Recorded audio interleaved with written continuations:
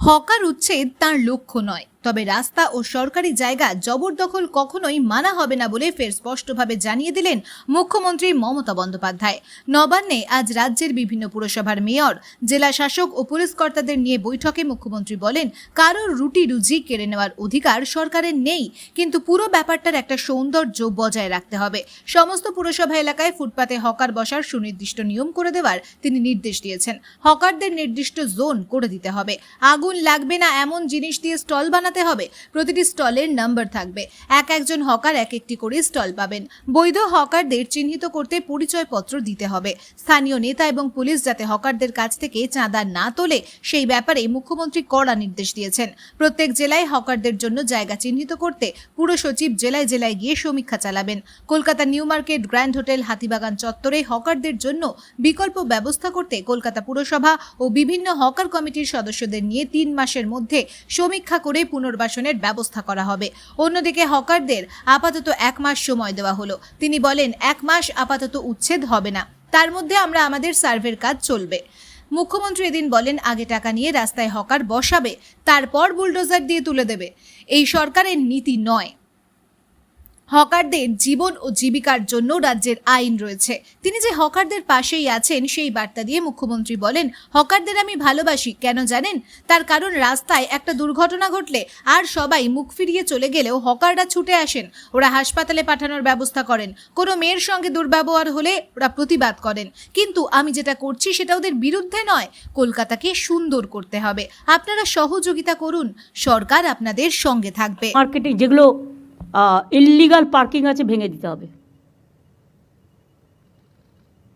কেউ কেউ টাকা খেয়ে ইল্লিগাল পার্কিং দিয়ে দিচ্ছে, এবং সবচেয়ে বেশি ইল্লিগাল পার্কিং আজকে বিজেপির আছে। If I am not wrong, আমি উইদাউট ইনভেস্টিগেশন কোনো কথা বলি না, আমাদের লোকেরাই দিয়ে দেয়। পার্কগুলো যখন তখন দিয়ে দিচ্ছে বাইরের লোকেদের। কেন? এলাকা নষ্ট করতে দেবেন কেন? পার্কগুলো তার লোকাল এরিয়ার একটা সম্পদ। তার লোকাল এরিয়ার পুজো হবে, ফেস্টিভ্যাল হবে, খেলা হবে, মেলা হবে, বাইরের লোকেদের জন্য আপনি কেন দেবেন?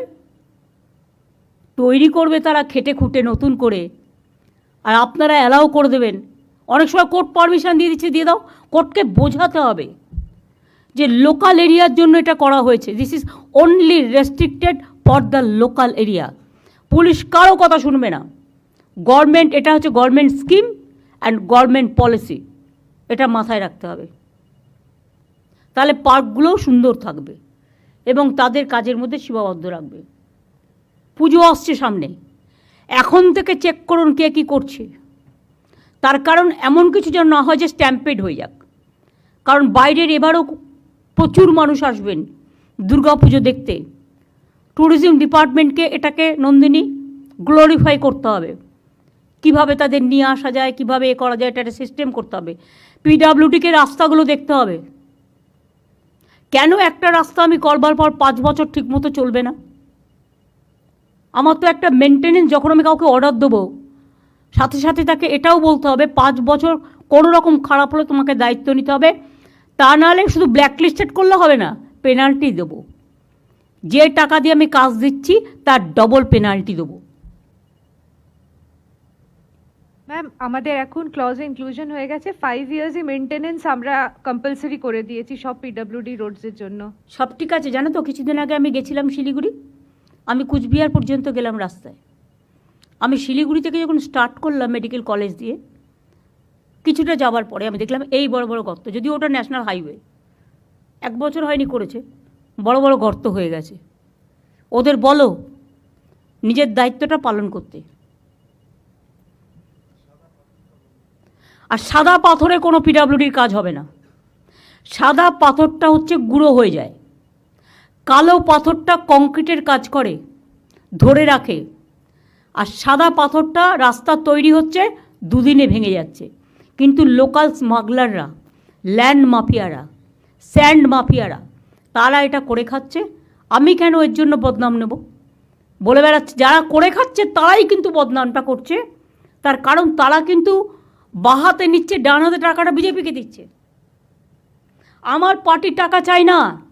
আমি পরিষ্কার মিটিংয়ে আগেও বলেছি, এখনও বলছি, আমার দরকার হলে আমি লোকের কাছে ভিক্ষা করে নেব, কিন্তু আমি গভর্নমেন্টের মানি নিয়ে কোনো দিন কাজ করি না। 1 পয়সা নেয় না। এমনকি সেন্ট্রালিও আমি শুনেছি গভর্নমেন্ট অফ ইন্ডিয়ার অফিসাররা গেলেই কি পার্সেন্ট কমিশন খায়। এটা যেন আমাদের এখানে না হয়।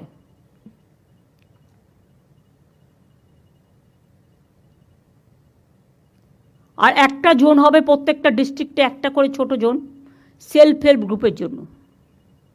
তাদেরও কিছু স্টল দিয়ে দিন, তারা জিনিসগুলো তৈরি করে বিক্রি করতে পারে না।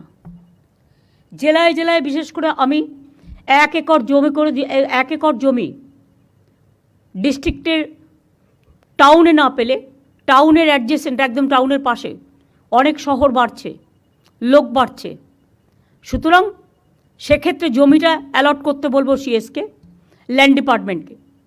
তারপরে ওরা একটা সিস্টেম করে নেবে ফ্র্যাঞ্চাইজি করে। আমরা বড় বড় এক একটা বাজার করবো, বিগ বাজার, যে নামে করবে করবে। আমি যাকে করতে দেবো টাকা তার, মানে খরচাটা বিল্ডিংয়ের করবে তারা, আমি জমিটা দেবো। আর পরিবর্তে পিপিপি মোডে, আর পরিবর্তে আমি 4টে ফ্লোর নেবো ফর সেলফ হেল্প গ্রুপ। আর অত বড় বড় বাজার হলে তাতে সিনেমা হলও থাকবে, তাতে সব পার্কিংও থাকবে, আন্ডারগ্রাউন্ড পার্কিংও থাকবে, তারা তৈরি করবে, সিস্টেমের মধ্যে আসবে। আর 4টে তার মধ্যে যদি আমার লোকাল প্রোডাক্টস বিক্রি হয়, তাহলে যারা ঘরে বসে প্রোডাক্টগুলো তৈরি করছে, আমার 31 জিআই প্রোডাক্ট আছে ইভেন, তারা কিন্তু বিক্রি করার সুযোগ পাচ্ছে না। এটা ভালো দেখাচ্ছে না। এই কথাগুলোই আমার একটা পোর্টাল রাজীব তৈরি করবে, সেখানে স্টেট এখন থেকে হকিং জোন, নন হকিং জোন, যেটা আমরা কালকে আলোচনা করছিলাম, টোটালটা তৈরি করে দেবে, যাতে ওদের কাজ করতে সুবিধা হয়। সেটা ফেলে কাজ করবে। আর এটা করতে 15 দিন লাগবে, আমি তোমাদের হাতে দিয়ে দেবো। তার আগে তোমরা সার্ভেটা শুরু করো। যে লোকগুলোকে ইতিমধ্যেই পুলিশ সরিয়ে দিয়েছে, তাদের কি ঠিকানা, কোথায় আছে, কোথায় বাড়ি, সেটা দেখে নাও একটা সার্ভে করে। পুলিশই করতে পারে এটা, লোকাল পুলিশ যারা করেছে, তারা যদি এখানকার লোক হয় এবং সত্যি গরিব হয়, তার যদি কোনো আর্নিং না থাকে, তাহলে আমি কোথাও না কোথাও জায়গা নিশ্চয়ই খুঁজে দেবো। আমার তো জায়গার অভাব নেই, বাট আমায় দেখতে হবে যে আমি গ্র্যান্ডের পাশেই বসবো, তাছাড়া বসবো না, এটা হবে না। গ্র্যান্ডে অনেক সিকিউরিটি, অনেক ফিল্ম স্টাররা যায়, ইম্পর্টেন্ট লোকেরা যায় বড় বড় হোটেলগুলোর সামনে। সেখানে আমি যদি এসব অ্যালাউ করি, যে কোনো সময় বড় ঘটনা ঘটিয়ে দেবে, এরাই ঘটাবে, ঘটিয়ে বলে দিয়ে এক্সপ্লোশন হয়েছে বলে এনআইএকে পাঠিয়ে দেবে। কেন আমরা তার সুযোগটা দেব? তখন তো আপনার চাল চুলো দুটোই যাবে। সুতরাং এগুলো স্ট্রিক্টলি ফলো করার জন্য আমি বলবো।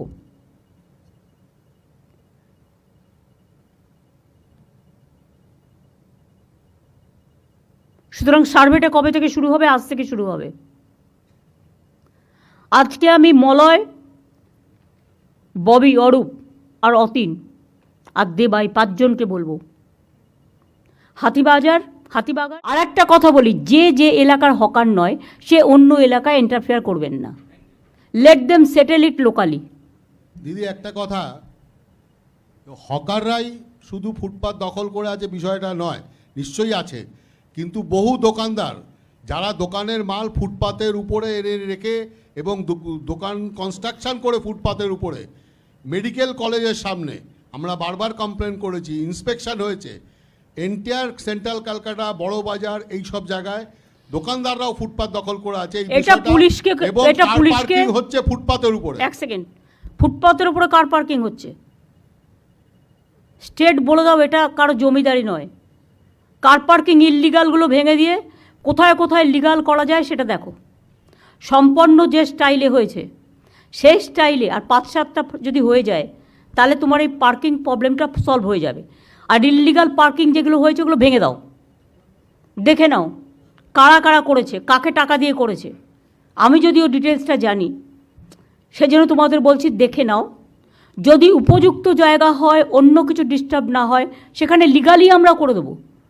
আমি তাকে ইলিগাল করে টাকা কালেকশন করতে দেবো কেন? আর একটা আমার লাস্ট কথা আছে, হকার সংখ্যা মোট সারা বাংলায় কত আছে। আমি কিন্তু প্রত্যেকটা district town same policy apply করবে। লোকাল হকাররা ডিসিশন নিয়ে রাস্তা ক্লিয়ার করবেন। আমি 1 মাস আপনাদের টাইম দিলাম। আমরা কেউ ভাঙতে যাব না, উচ্ছেদ করতে যাব না, লোকালি কথা বলে নিজেদের মধ্যে ঠিক করবেন।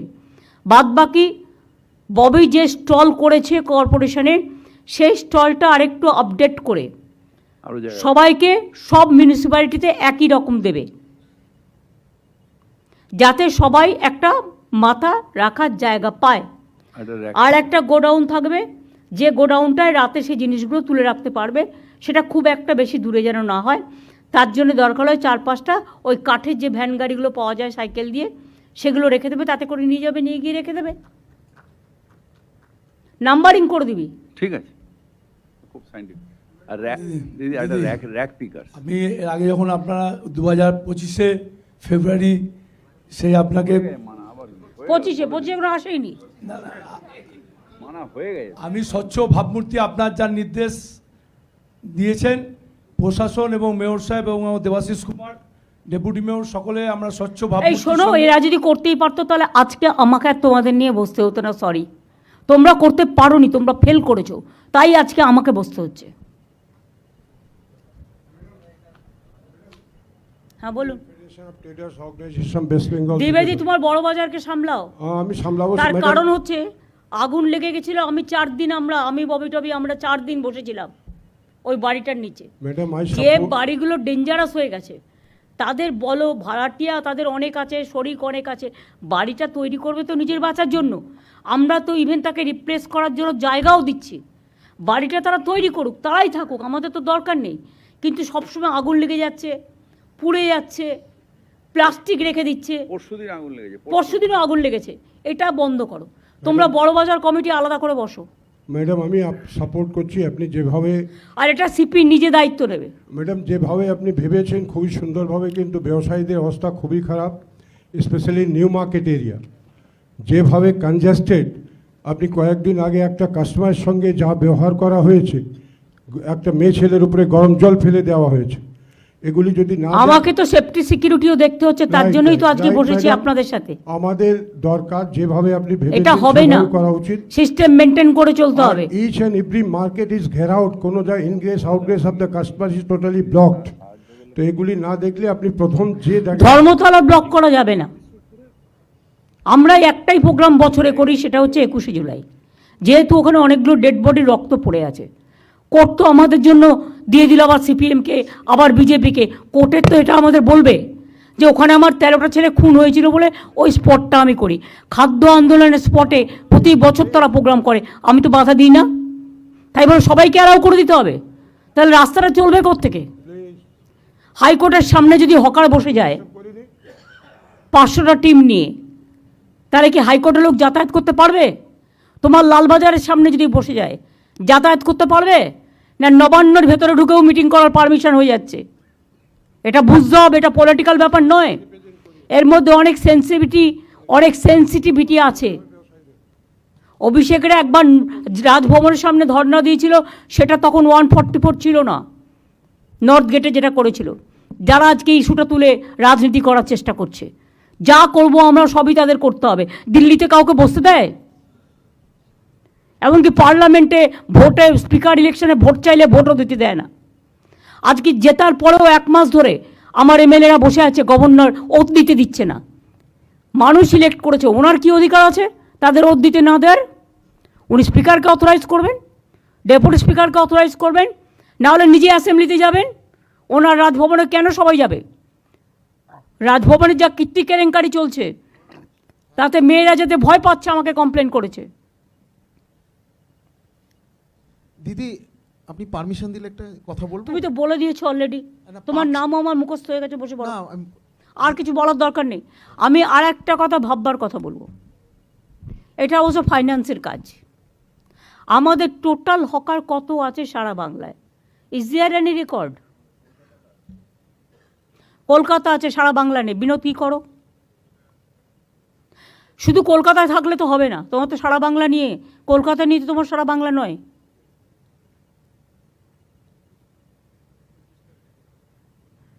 পুলিশ তো বাড়ি বাড়ি বলে দেবে। স্থিতিশীল যখন হয়ে যাবে ব্যাপারটা, একটা আছে। টোটালি সেটেল যখন হয়ে যাবে, তখন আমায় জানাবে। আর আমি ফাইন্যান্সকে বলবো যে এরকম কি কোনো ইন্স্যুরেন্স করা যায়, যদি কোথাও, তারা তো সবাই রোজই। আমাদের সাথে থাকুন এবং দেখতে থাকুন নিউজ প্রাইম টাইমস, আপনাদের সাথে আপনাদের পাশে।